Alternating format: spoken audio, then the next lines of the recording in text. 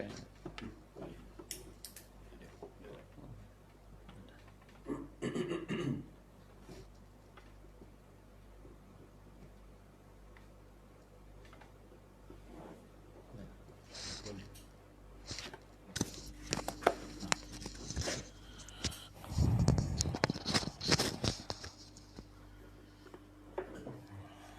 Bismillahirrahmanirrahim, insyaAllah kita mula kelas hadis kita pada malam ni dengan bacaan Ummul Kitab ila hadratin Nabi Mustafa Sayyidina Muhammad sallallahu alaihi wasallam wa ila masyayikhina syai'ulillahi lahumul Fatihah. A'udzu billahi minasyaitonir rajim. Bismillahirrahmanirrahim. Alhamdulillahi rabbil alamin. الرحمن الرحيم مالك يوم الدين إياك نعبد وإياك نستعين اهدنا الصراط المستقيم صراط الذين أنعمت عليهم غير المغضوب عليهم ولا الضالين آمين. بسم الله الرحمن الرحيم. السلام عليكم ورحمة الله وبركاته. الحمد لله رب العالمين وبه نستعين على أمور الدنيا والدين. اللهم صل على نور الأنوار سر الأسرار وترياق الأغيار ومفتاح باب اليسار سيدنا محمد المختار وآله الأطهار وأصحابه الأخيار عدد نعم الله وإفضاله. اللهم أخرجنا من ظلمات الوهم وأكرمنا بنور العلم وافتح علينا أبواب الفهم وسهل أخلاقنا بالحلم واجعلنا ممن يستمعون القول فيتبعون أحسنه. اللهم انفعنا بما علمتنا وعلمنا ما ينفعنا وزدنا علما. رب اشرح لي صدري ويسر لي أمري واحلل عقدة من لساني يفقه قولي وبعد. Saya menjawab salam lagi yang menonton dengan lafaz Waalaikumsalam warahmatullahi wabarakatuh. Alhamdulillah Rabbil Alamin. Kita rafa'kan rasa syukur kita kepada Allah Subhanahu wa ta'ala dengan rahmat dan kasih sayang Allah Subhanahu wa ta'ala. Allah Subhanahu wa ta'ala rezekikan kepada kita nikmat sihat dan waktu lapang, walaupun kita berada pada suasana wabak yang menular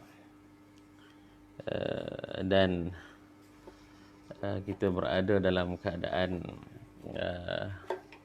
suasana yang diuji oleh Allah Subhanahu wa ta'ala dengan banjir dan sebagainya.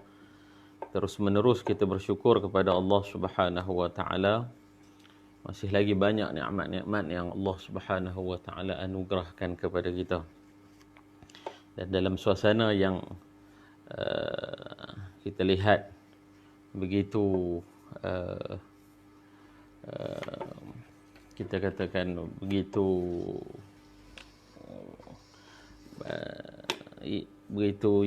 susah ataupun yang kita hadapi sekarang ni, dan kekangan-kekangan kita tak dapat hadir ke masjid ataupun surau.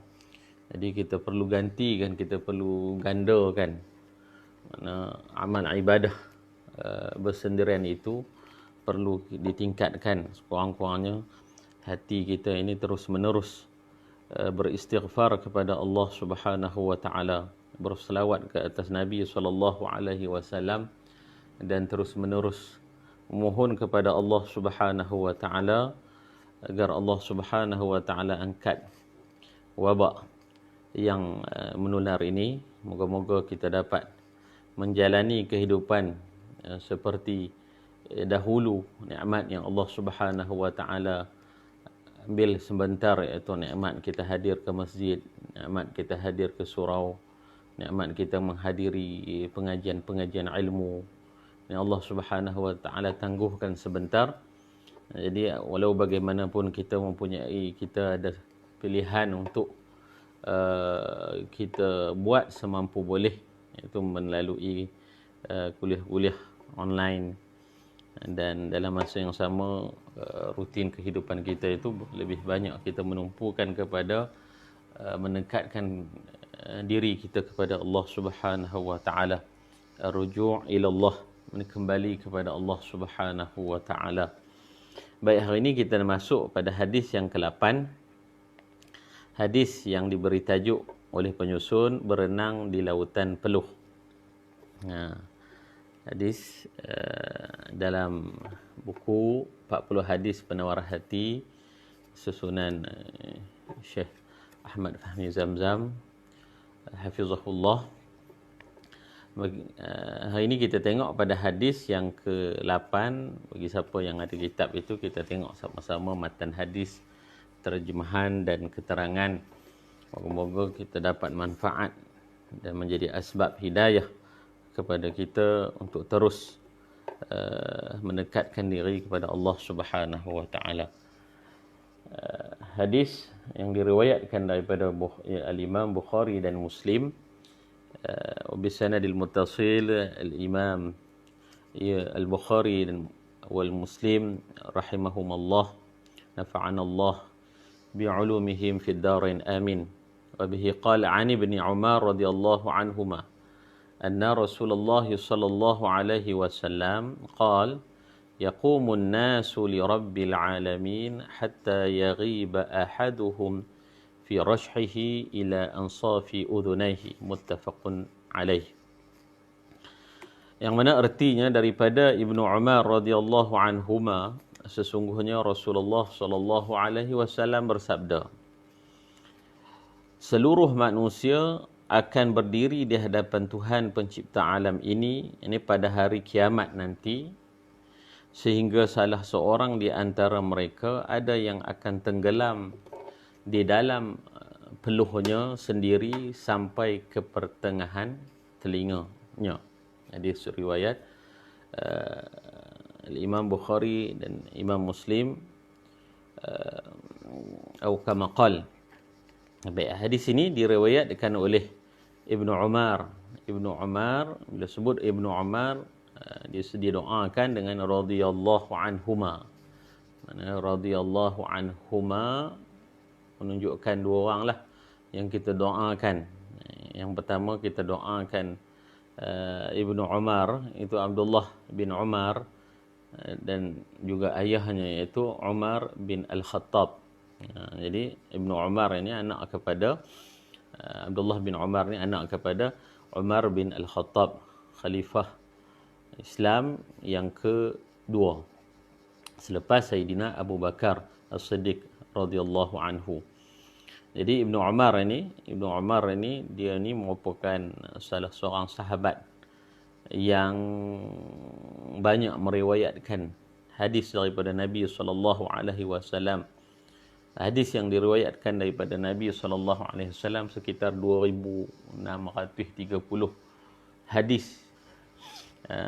Sekaligus Ibnu Umar ni menjadi rujukan para fuqaha dalam masalah-masalah fiqh. Dia ni jadi selama 60 tahun dia menghabiskan masanya untuk mengajar ilmu, mengajar ilmu. Dan dia ni merupakan seorang yang begitu kasih dan cintanya kepada Nabi sallallahu alaihi wasallam, sehingga kan setelah kewafatan Nabi sallallahu alaihi wasallam, dia ni merupakan seorang yang suka meniru-niru apa yang Nabi ataupun mengikut-ngikut apa yang Nabi sallallahu alaihi wasallam pernah buat. Sehingga kan di mana Nabi berpijak, di situlah dia nak pijak. Di mana Nabi sallallahu alaihi wasallam pernah solat, di situlah dia nak solat. Mimbar Nabi sallallahu alaihi wasallam ada diriwayatkan sehingga kan mimbar mulia Nabi sallallahu alaihi wasallam yang Nabi selalu pegang itu, dia usapkan mimbar itu sambil mengucupkan mimbar itu diriwayatkan. Begitu kasihnya sehingga kan di dalam satu perjalanan perang dia bersama dengan tentera-tentera perang melalui pada satu kawasan, bila sampai di satu tempat, dia mengarahkan semua rombongan itu berhenti dan dia menuju ke satu pokok di situ, maka dia buang air di situ. Buang air di situ. Lepas tu dia kembali kepada para rombongan tersebut. Jadi sahabat yang ada bersama di dalam rombongan tersebut tanya kepada dia, adakah ini urusan besar? Kan engkau suruh kami berhenti dan menunggu engkau untuk pergi hanya buang air di satu tempat tu. Dan dia menjawab, katanya bahawa tempat yang aku buang air itu, itulah tempat yang pernah baginda Nabi SAW juga buang air. Itu begitu ta'zimnya, begitu memuliakan, begitu membesarkan apa yang Nabi SAW pernah lakukan, sehingga Ibnu Umar ini mengikut jejak-jejak langkah Nabi SAW. Itu Ibnu Umar, anak Sayyidina Umar Al-Khattab, yang kita katakan meriwayat banyak hadis-hadis daripada Nabi SAW, sehingga kan dia merupakan salah seorang yang dicalonkan untuk menjadi khalifah setelah kewafatan Sayyidina Uthman bin Affan, khalifah Islam yang ketiga. Dia merupakan salah seorang yang dicalonkan menjadi khalifah. Itu Ibnu Umar yang meriwayatkan hadis yang kita bacakan pada malam ini, radhiyallahu anhuma. Katanya anna Rasulullah sallallahu alaihi wasallam, bahawa Rasulullah sallallahu alaihi wasallam bersabda, yaqumun nas li rabbil alamin, seluruh manusia akan berdiri di hadapan Tuhan pencipta seluruh alam ini, yakni pada hari kiamat, hatta, sehinggakan, yaghiba ahaduhum, sehinggakan akan tenggelam, fi rashhihi, di dalam peluhnya sendiri.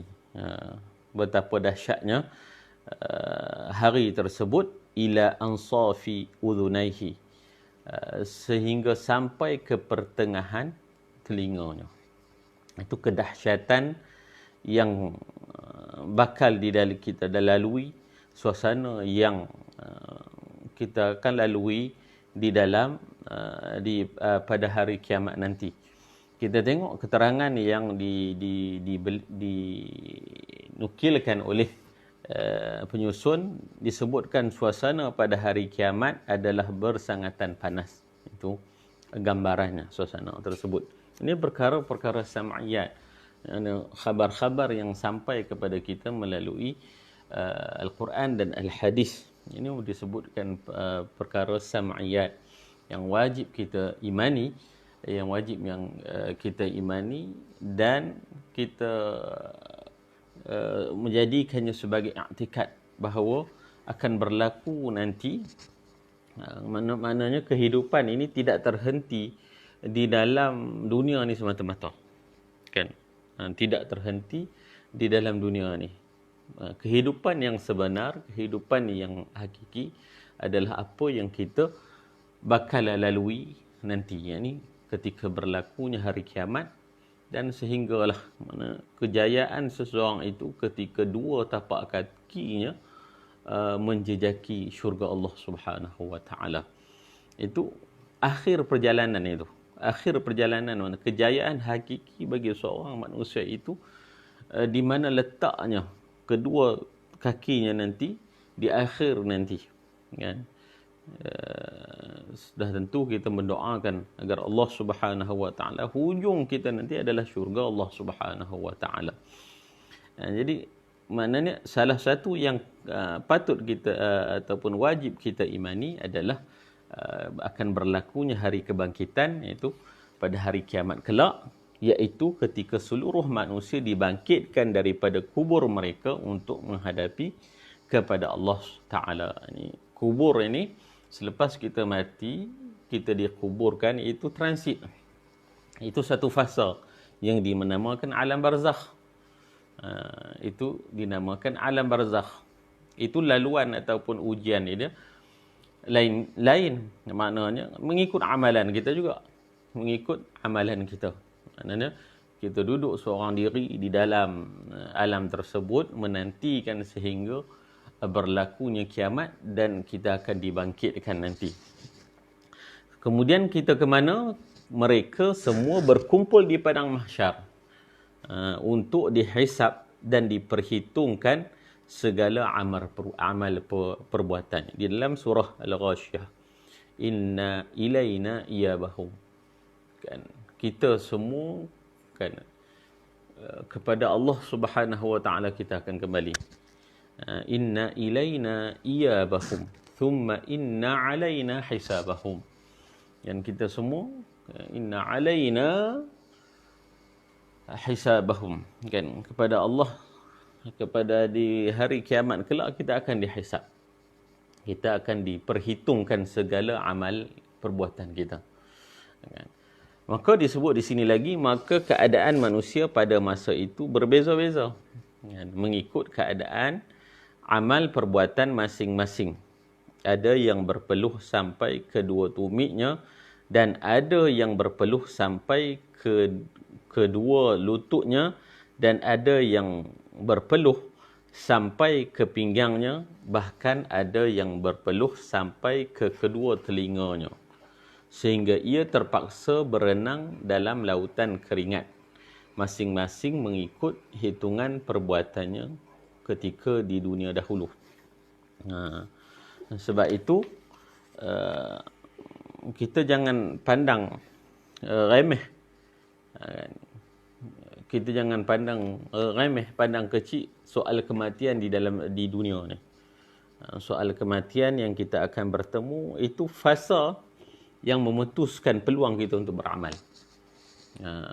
Kita Allah Subhanahu wa taala kurniakan kepada kita kesempatan nafas ini, sebab tu kita kata nikmat kehidupan ini itu satu nikmat yang terbesar, iaitu peluang yang Allah Subhanahu wa taala bagi. Setiap kita bangun, setiap hari kita bangun, wajib kita syukur kerana Allah Subhanahu wa taala kurniakan peluang. Orang apabila dia melihat orang lain meninggal ataupun orang lain mati, maka di situ ketika tu baru timbul di dalam kehidupan dia bahawa dia diperingatkan oleh Allah Subhanahu wa taala tentang kematian yang dia juga akan bertemu. Sebab tu Sayyidina Umar sebut apa? Kafa bil mauti wa'izan. Cukuplah mati itu sebagai peringatan kepada kamu. Kerana nikmat kehidupan ini nikmat yang cukup berharga. Kan? Idza jaa ajaluhum la yasta'khiruna sa'atan wa la yastaqdimun.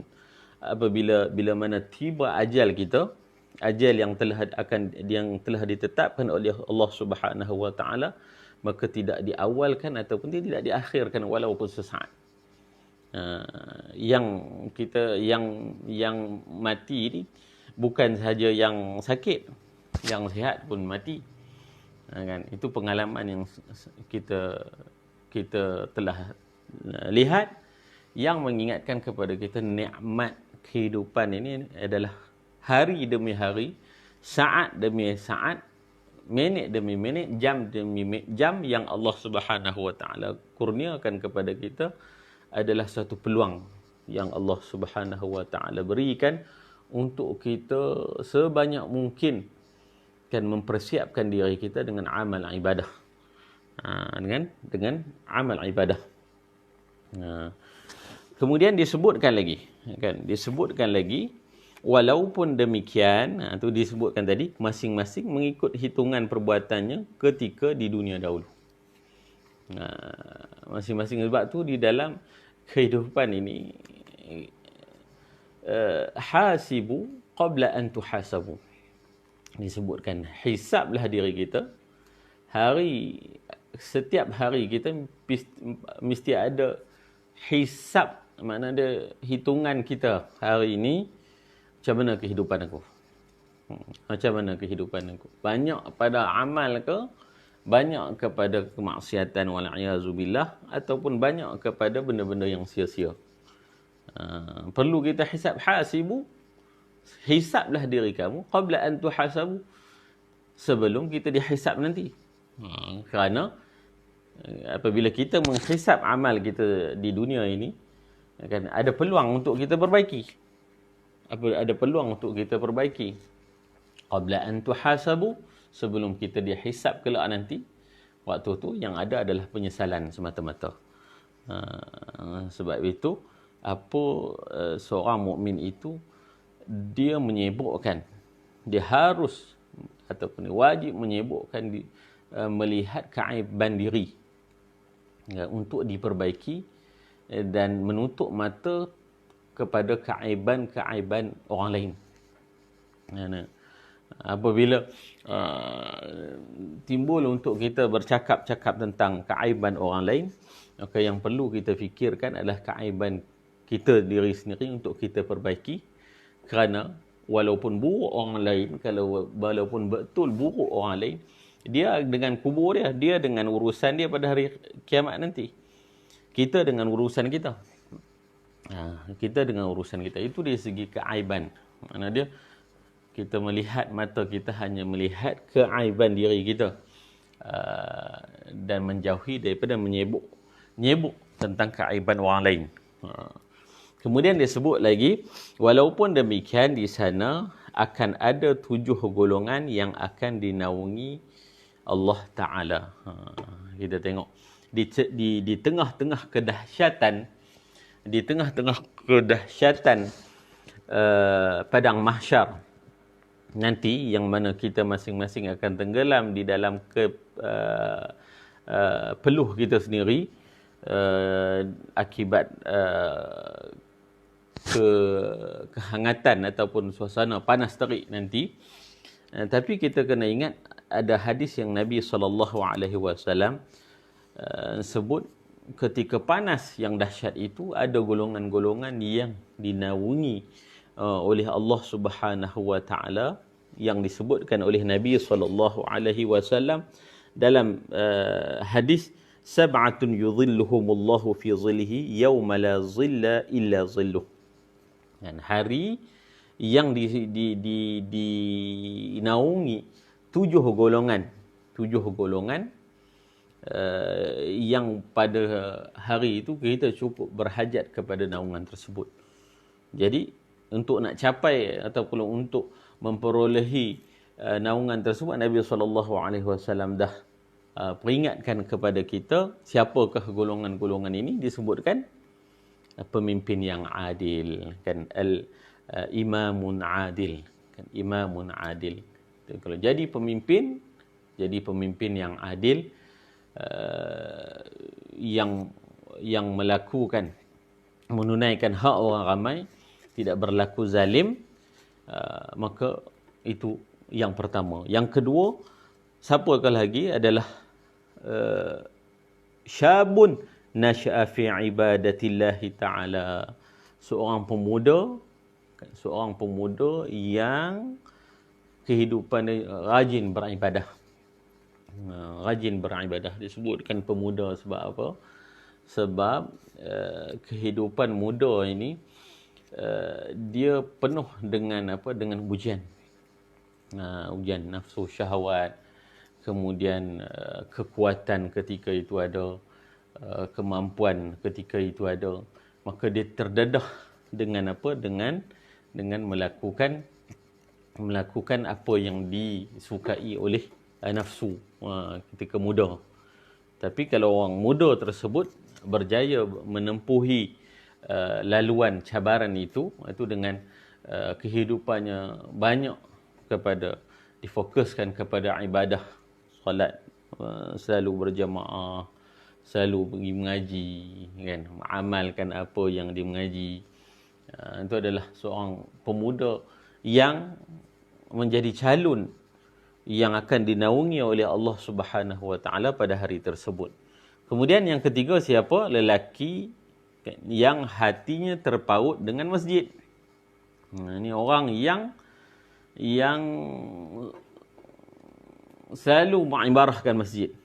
Selalu mengimarahkan masjid. Selalu mengimarahkan masjid dengan pengajian-pengajian yang ada di masjid, dengan solat waktu yang dilakukan secara berjemaah.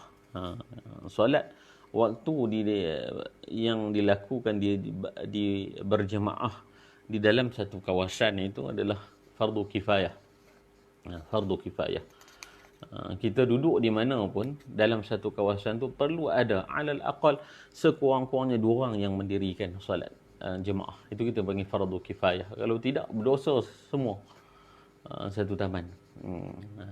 Sebab itu menjadi asbab satu kawasan itu tidak diturunkan bala, kita terhutang budi kepada orang yang pergi ke masjid ni. Kerana dengan adanya mereka yang pergi ulang alik ke masjid, maka kita terangkat dosa dan diangkat bala daripada Allah Subhanahu wa taala kerana adanya orang-orang yang hadir mengimarahkan rumah Allah Subhanahu wa taala dalam satu kawasan. Selain itu, kenapa kita ulang alik ke masjid, kan, menunaikan solat berjemaah di masjid ni kenapa? Kerana dijanjikan dia tak sama dengan solat bersorangan, seperti hadis yang kita maklum tentang kelebihan 27 kali ganda pahala berbanding solat seorang diri. Dan selain itu, yang disebut oleh Habib Zain Sumat yang saya ingat, dia sebut kita hadir ke dalam masjid solat berjemaah ni sebab apa? Sebab jika terdapat di dalam jemaah itu seorang yang khusyuk, hadir hatinya di dalam solat itu, maka diterima oleh Allah Subhanahu wa taala, Allah Subhanahu wa taala solat keseluruhannya.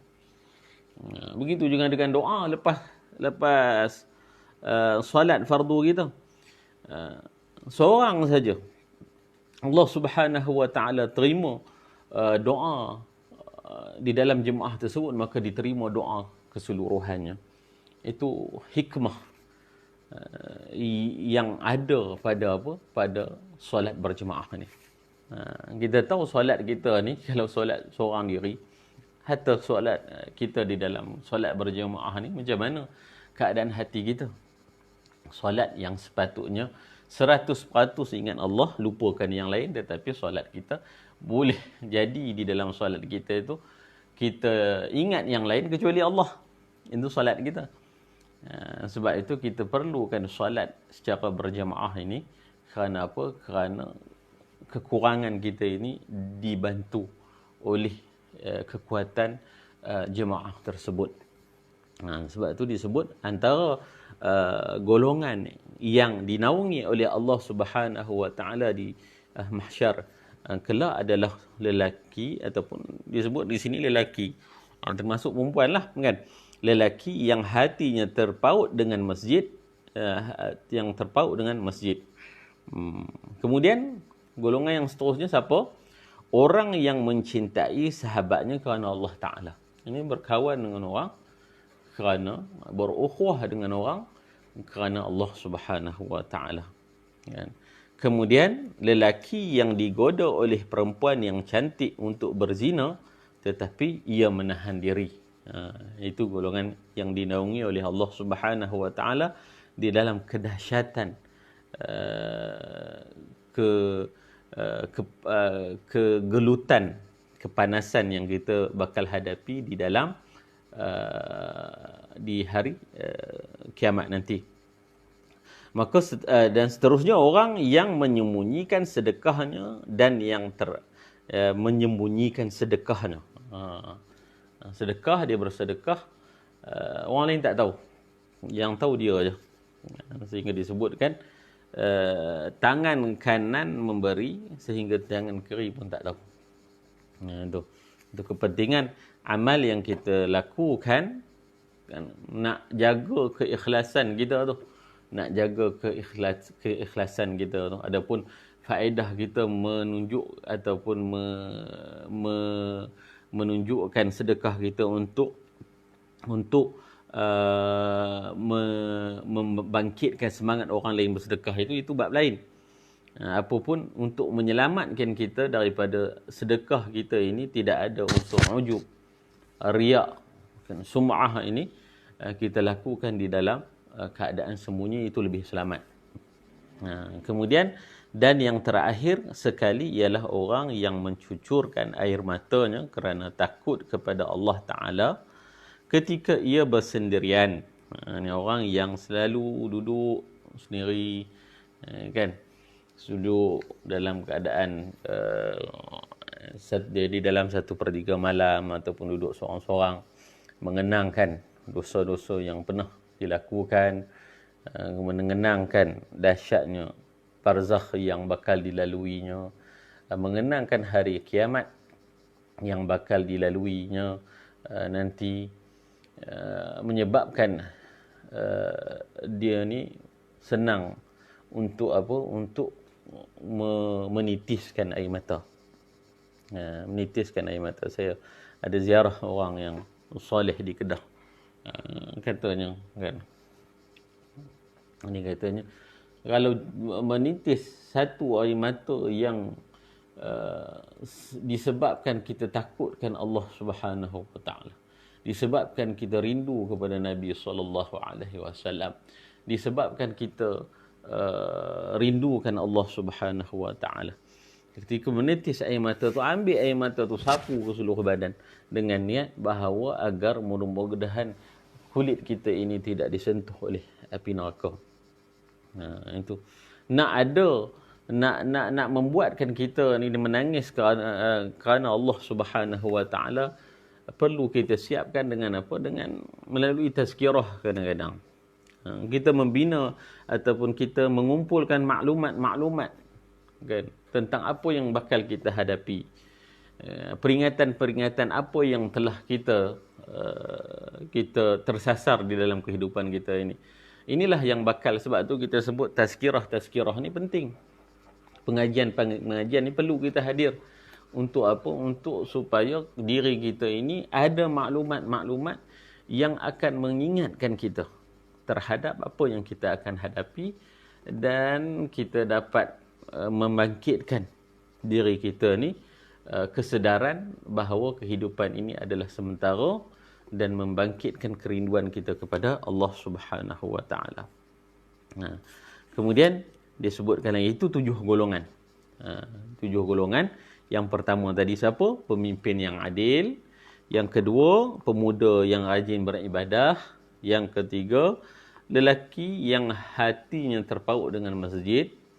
Yang keempat, seorang yang digoda oleh perempuan yang cantik dan mempunyai pangkat, tetapi dia takutkan Allah Subhanahu wa taala dan dia selamatkan diri dia.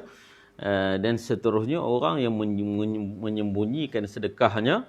Dan seterusnya, yang terakhir, orang yang duduk bersendirian dan memikirkan ataupun rindu kepada Allah Subhanahu wa taala, sehingga menitiskan air matanya. Ini 7 golongan yang bakal dinaungi oleh Allah Subhanahu wa taala di akhirat kelak. Disebutkan lagi, mudah-mudahan kita semua termasuk dalam golongan yang beruntung ini. Allahumma ja'alna minhum. Ya Allah, jadikan kami di kalangan mereka ni, di kalangan 7 golongan ini. Yang didatangkan oleh penyusun satu hadis yang membangkitkan kegurunan kita dengan suasana yang bakal kita akan hadapi di akhirat kelak, iaitu masing-masing akan tenggelam di dalam peluhnya sendiri kerana keperitan panas pada hari tersebut. Dan penyelamatnya disebutkan oleh penyusun tentang apa? Tentang 7 golongan yang bakal dinaungi oleh Allah Subhanahu wa taala.